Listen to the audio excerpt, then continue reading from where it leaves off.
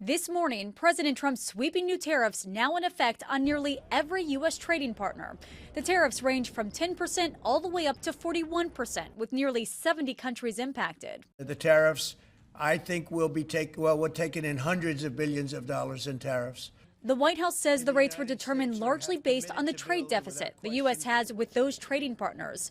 It comes nearly a week after President Trump delayed his so-called reciprocal tariffs on some of the country's top trading partners.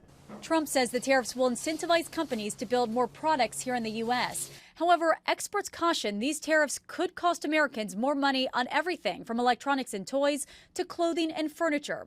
A report from Yale Budget Lab shows it could cost the average household an additional $2,400 this year. The White House's top trade advisor defending Trump's new tariff policy, saying it will level the playing field.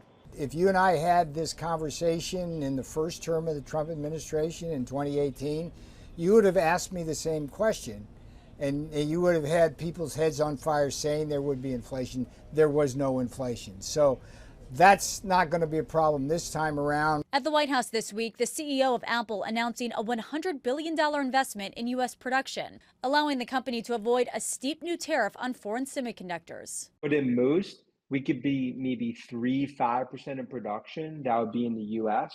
versus the vast majority that will continue to be in China as well as India. If you produce anything in the U.S., by definition, it's going to raise prices.